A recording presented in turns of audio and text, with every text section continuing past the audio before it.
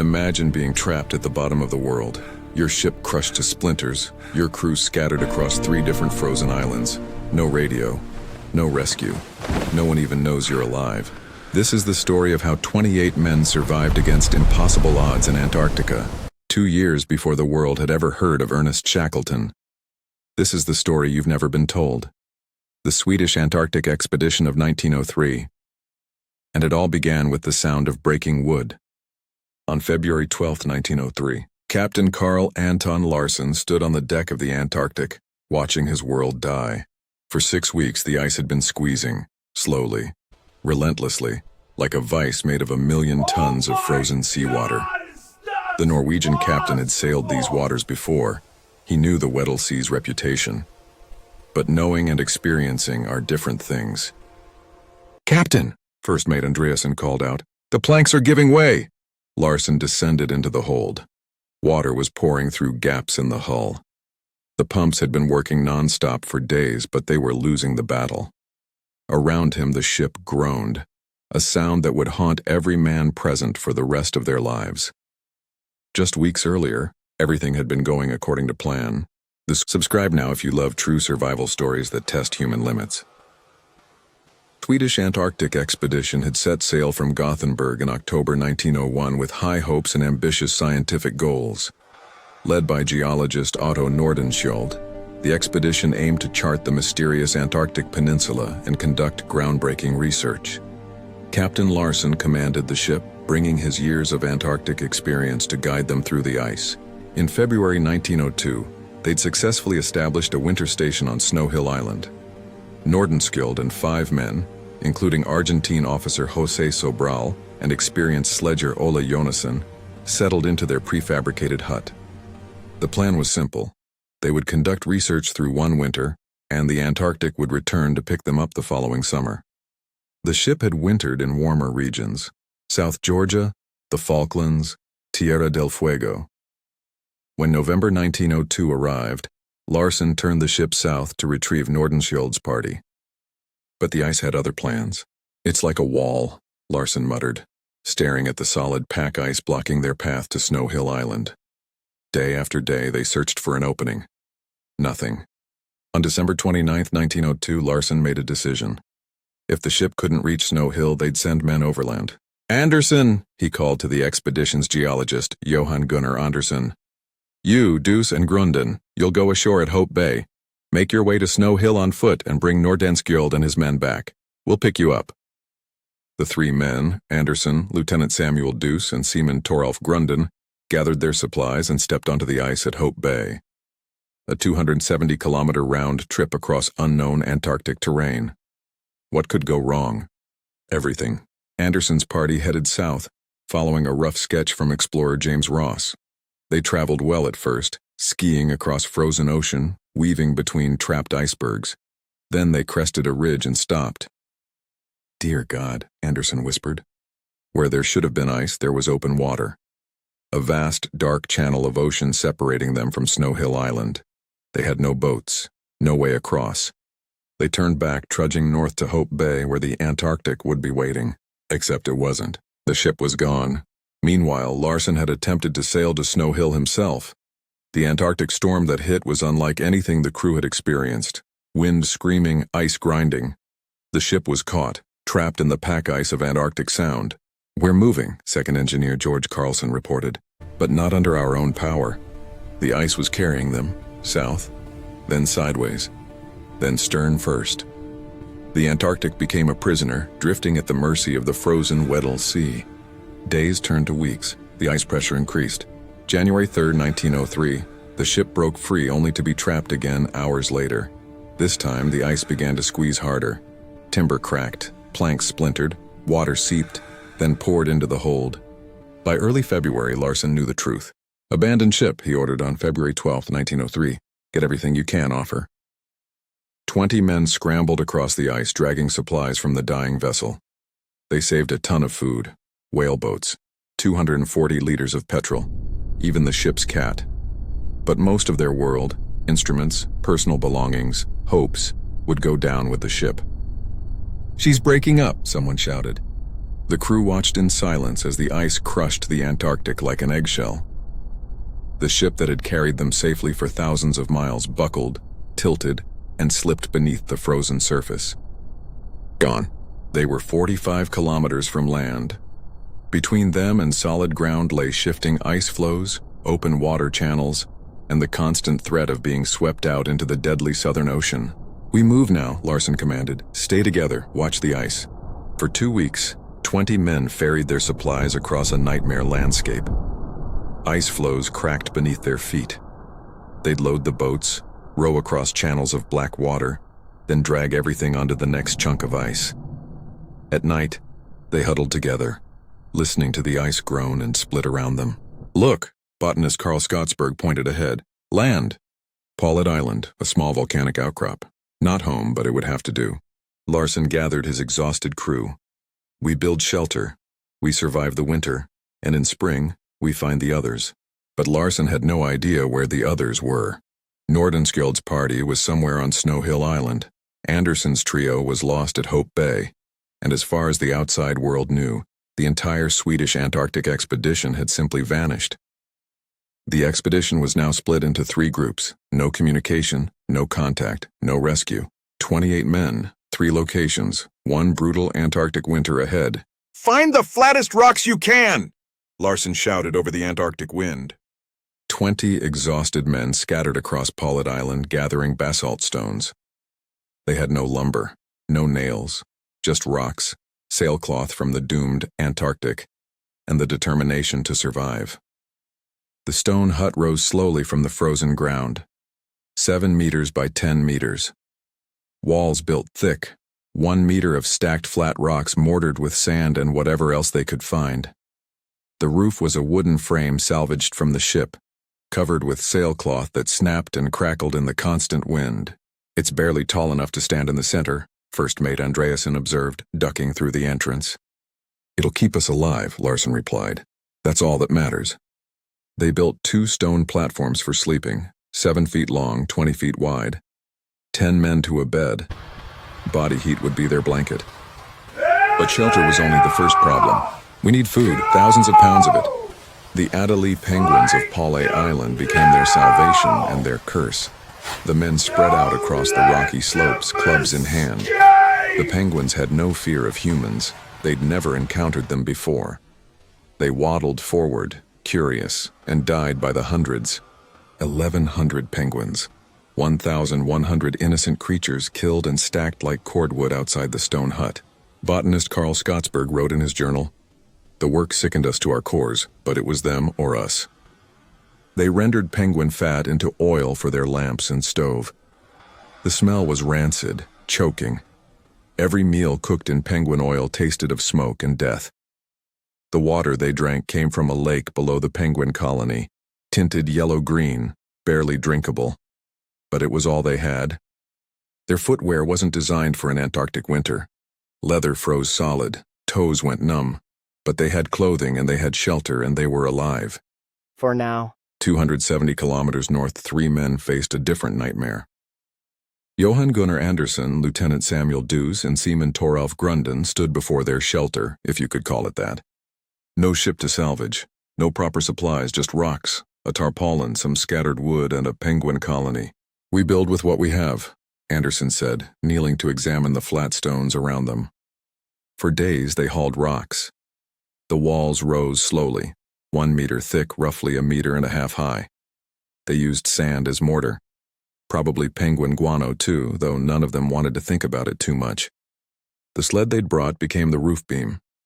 The tent cloth hung from it inside the stone walls, creating an inner barrier against the screaming wind and drifting snow. It wasn't a hut, it was a tomb with a door.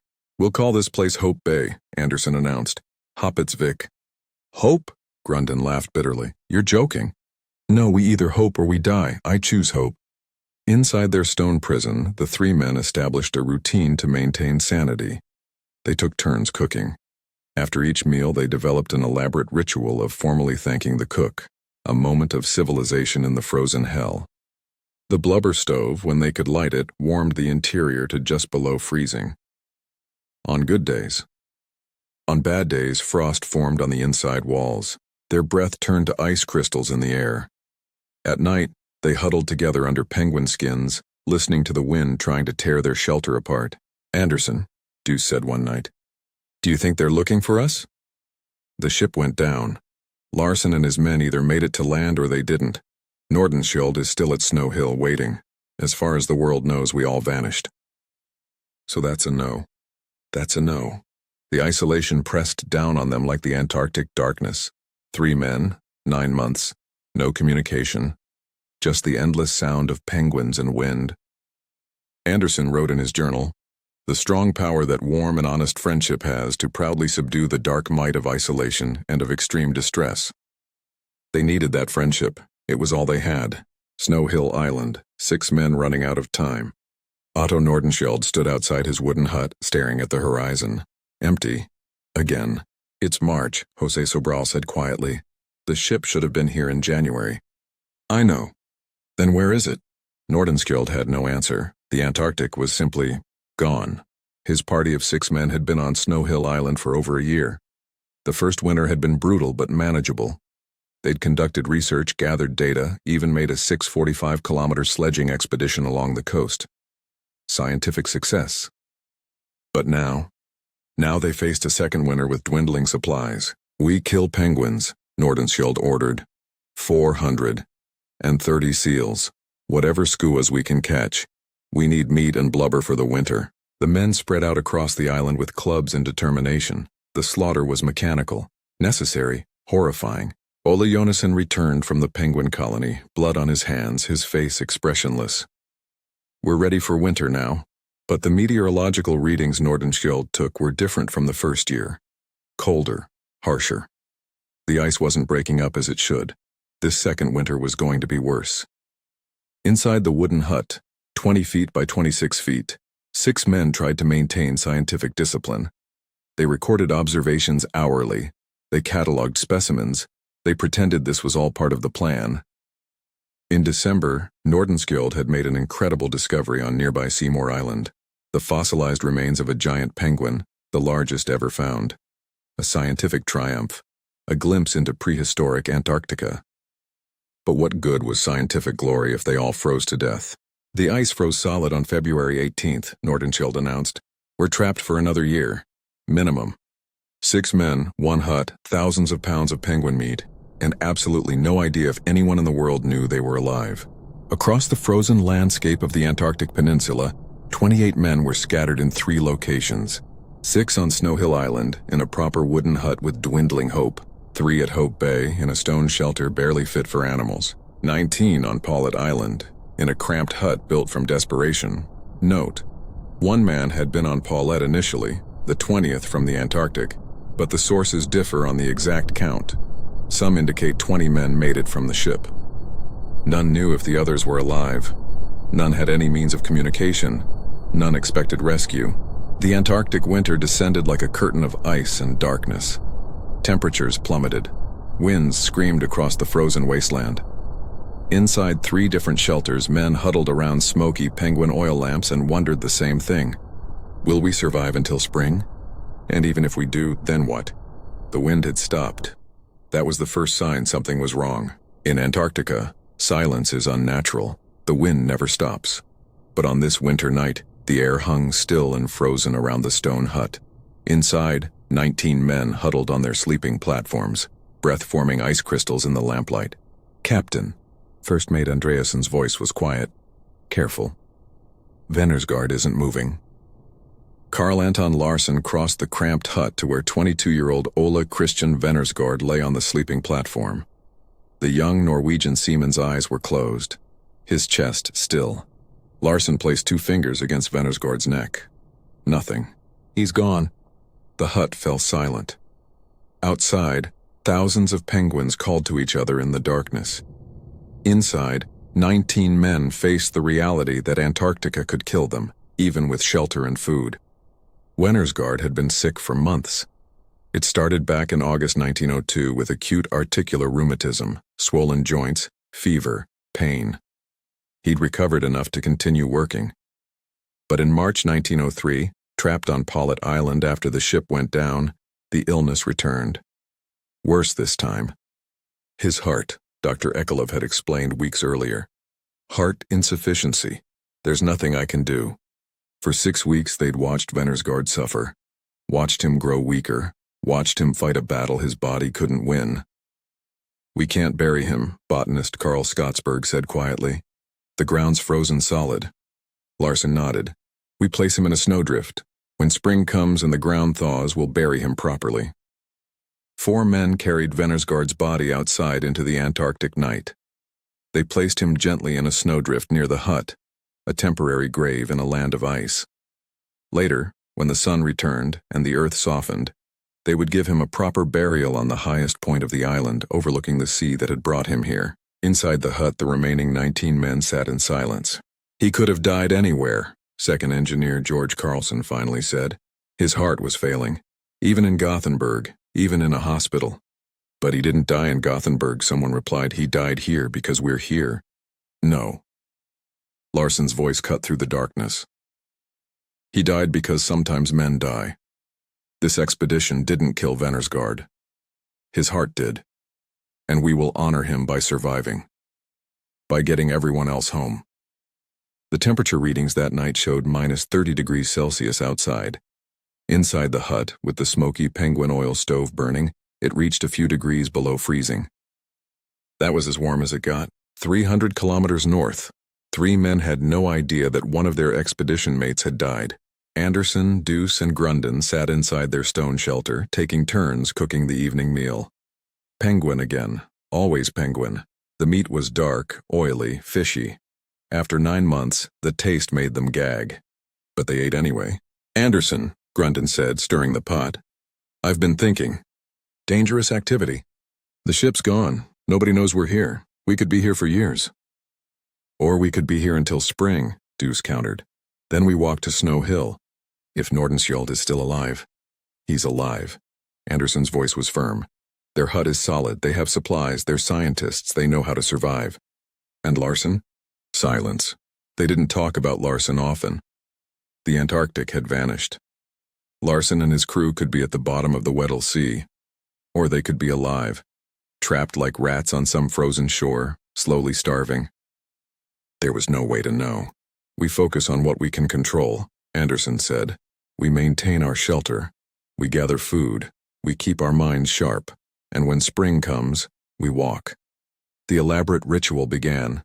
Grunden served the meal. After eating, the 3 men stood and formally thanked him for his cooking. It was ridiculous, ceremonial, completely unnecessary, but it kept them human. In his journal, hidden in the stone shelter, Anderson wrote, "The strong power that warm and honest friendship has to proudly subdue the dark might of isolation and of extreme distress. They needed that friendship. Without it, they would have descended into madness months ago." Nordenskjöld stood outside the wooden hut staring at the frozen ocean. February 18, 1903, the day the sea froze solid. "We're trapped for another winter," he announced to his 5 companions, minimum. José Sobral, the young Argentine officer, kicked at a rock. "The ship's not coming." "No, it's not." They'd known for weeks.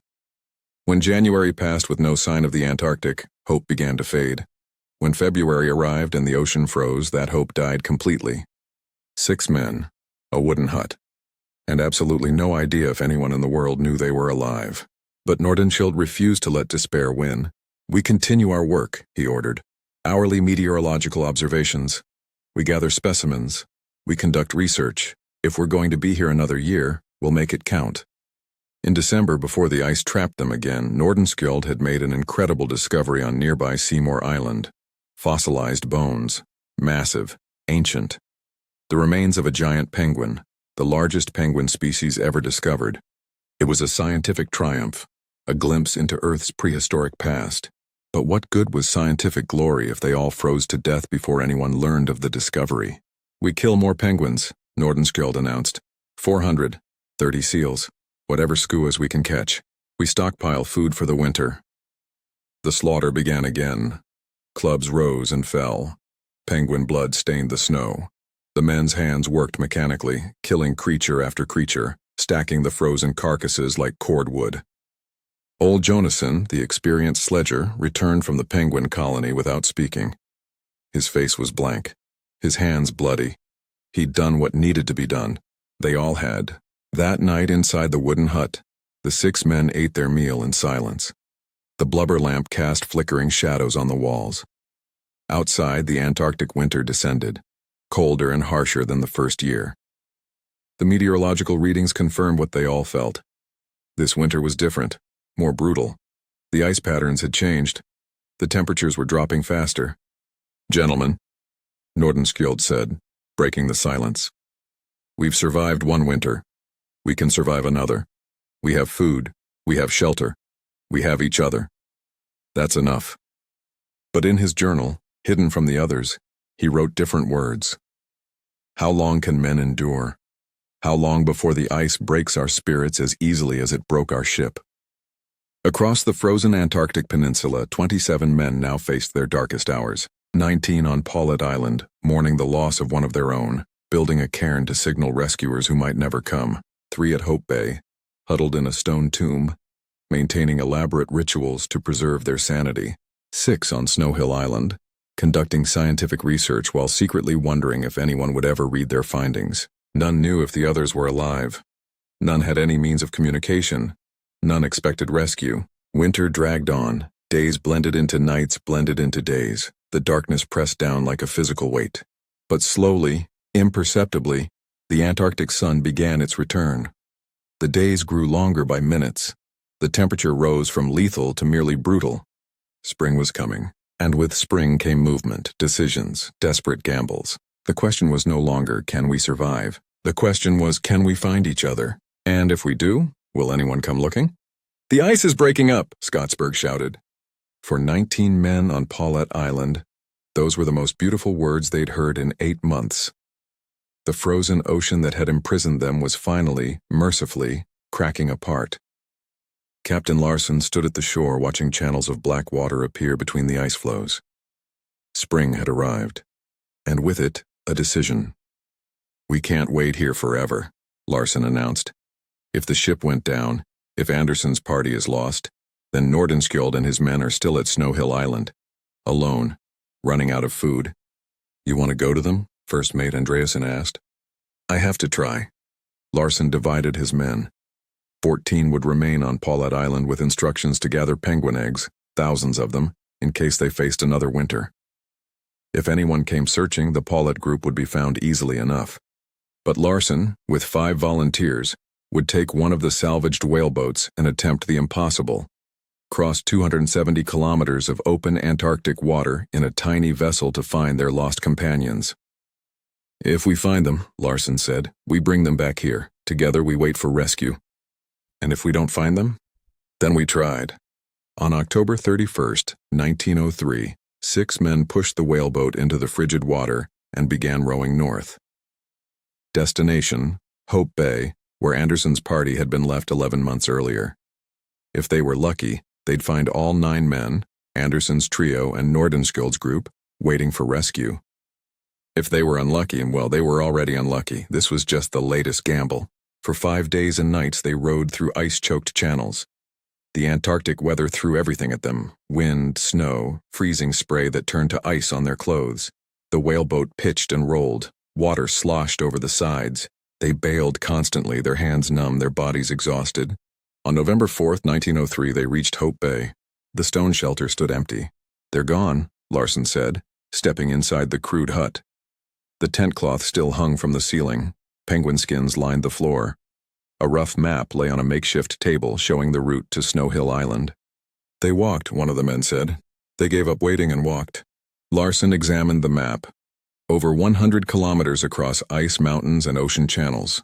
3 men, alone, attempting to cross some of the most hostile terrain on Earth. "They could be dead," someone muttered. "Or they could have made it." Larson folded the map and tucked it into his coat. "Either way, they went to Snow Hill, so that's where we go." But they had a problem. The whaleboat was too small to safely cross Erebus and Terror Gulf, the treacherous stretch of water between Hope Bay and Snow Hill Island.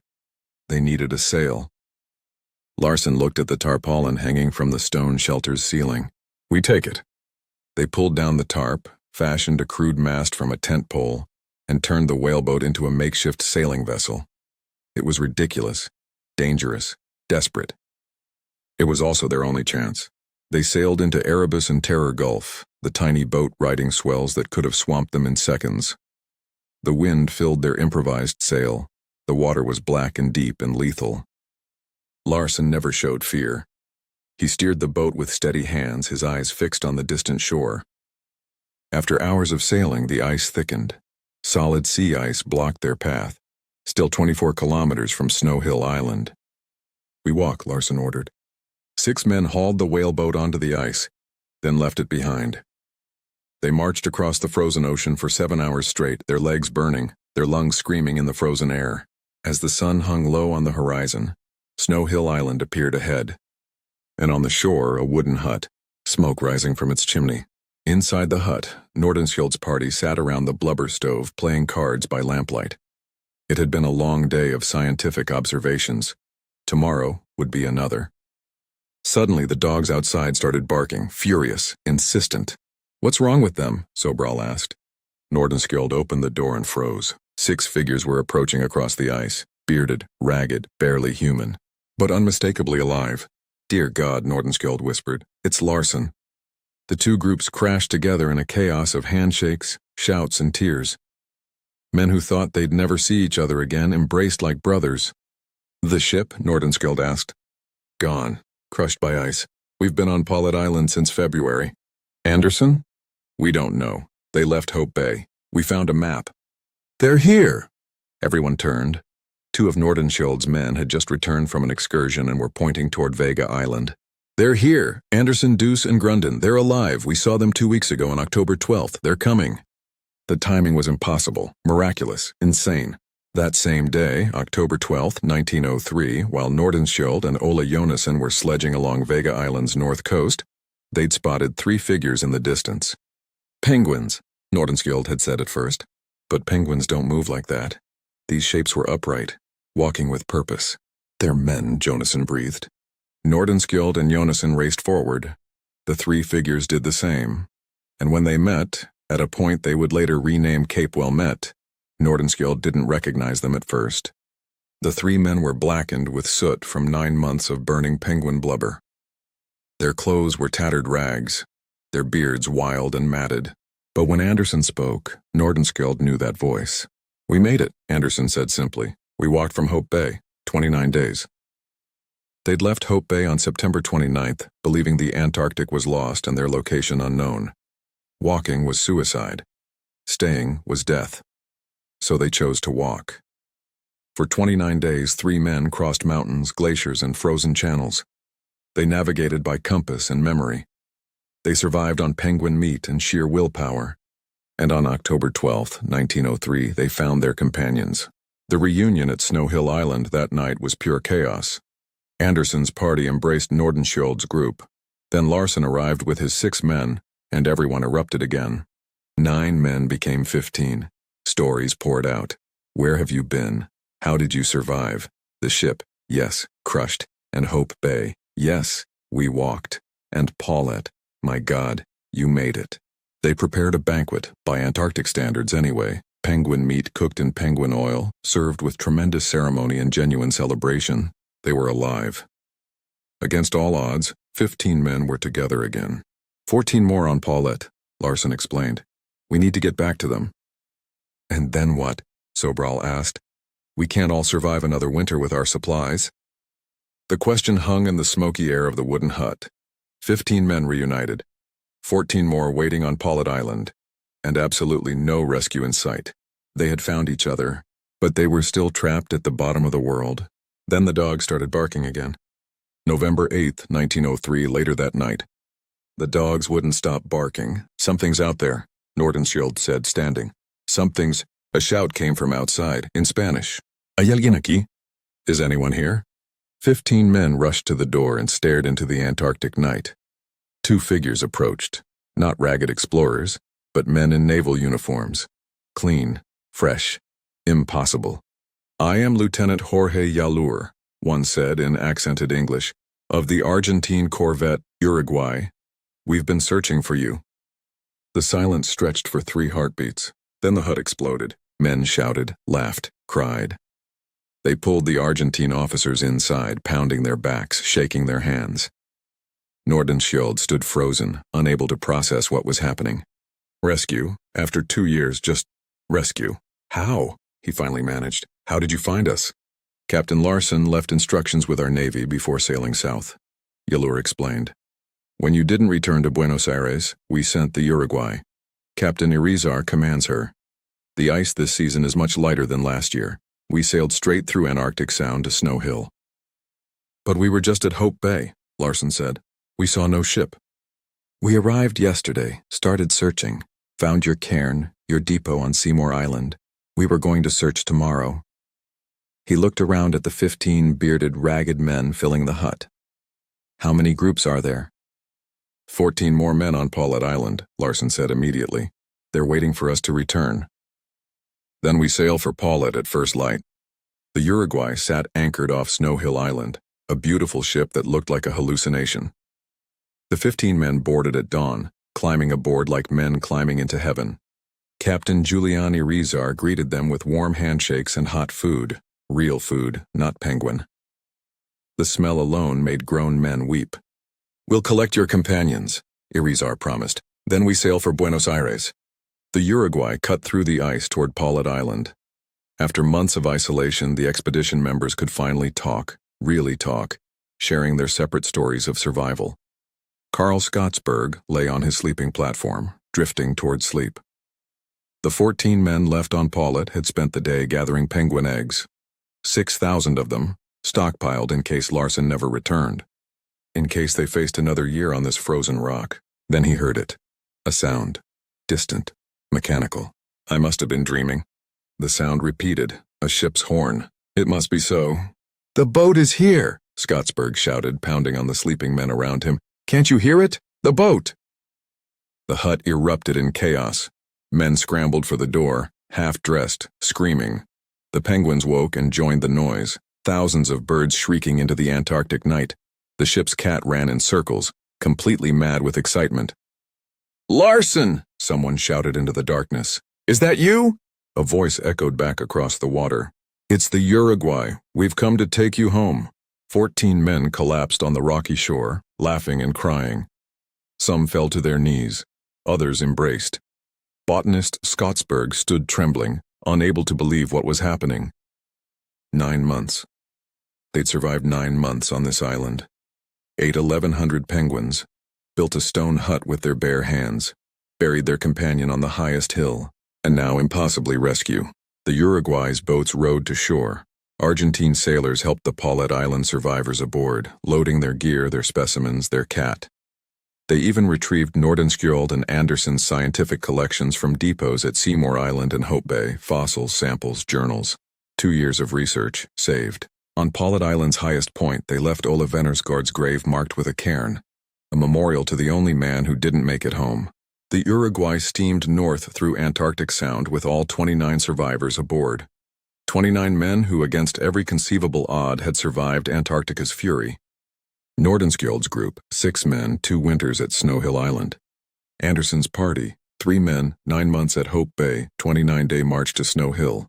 Larsen's crew, 19 men alive from the Antarctic, 9 months on Paulet Island, plus 1 grave. 1 death, Ole Vennersgaard, age 22, heart failure. Captain Irizar listened to their stories in amazement. The ship crushed by ice. 3 separate groups scattered across the peninsula. The stone huts built from desperation. The penguin hunts. The endless darkness. The reunion at Snow Hill. 3 groups arriving within days of each other. The timing, Irizar said. If we'd arrived 1 week earlier, you would have been scattered. 1 week later, the ice might have trapped us. It's a miracle. No, Larsen replied. It's preparation and luck. Mostly luck. On December 2nd, 1903, the Uruguay sailed into Buenos Aires harbor. The entire city turned out to greet them. Crowds lined the docks, cheering, waving flags. The Swedish Antarctic expedition, presumed lost, had returned from the dead. Newspapers declared them heroes. Scientific societies praised their research. The Argentine government received international acclaim for the rescue mission. But for the 29 survivors, the real triumph was simpler. They'd made it, together, alive. The Swedish Antarctic expedition of 1901-1903 is largely forgotten today, overshadowed by the more famous disasters of Scott and Shackleton. But in many ways their survival story is more remarkable. They lost their ship. They split into 3 groups with no communication. They survived 2 Antarctic winters with minimal supplies. They reunited through a combination of courage, intelligence, and impossible timing. And they succeeded scientifically. Nordenskjöld's team charted hundreds of kilometers of coastline. They discovered the giant penguin fossil, the largest ever found. They gathered meteorological data comparing 2 consecutive winters. They brought home thousands of geological and biological specimens. Captain Larsen went on to establish the first Antarctic whaling station at Grytviken, South Georgia. His knowledge of the Weddell Sea, gained during those harrowing months, proved invaluable. José Sobral became Argentina's first Antarctic explorer, inspiring his nation's continued presence on the continent. Today you can still visit the remains. The stone hut on Paulette Island stands as a historic site, alongside Venersgaard's grave. The Hope Bay shelter is near Argentina's Esperanza base. Nordenskjöld's hut on Snow Hill Island remains, weathered but intact. And in Buenos Aires harbor, the corvette Uruguay sits permanently moored as a museum, a tribute to the impossible rescue that saved 29 men from the bottom of the world. The Swedish Antarctic expedition proved something important. With preparation, leadership, and unwavering determination, humans can survive even Antarctica's worst. They faced the ice, the darkness, the isolation, and they won, not because they were heroes, but because they refused to quit.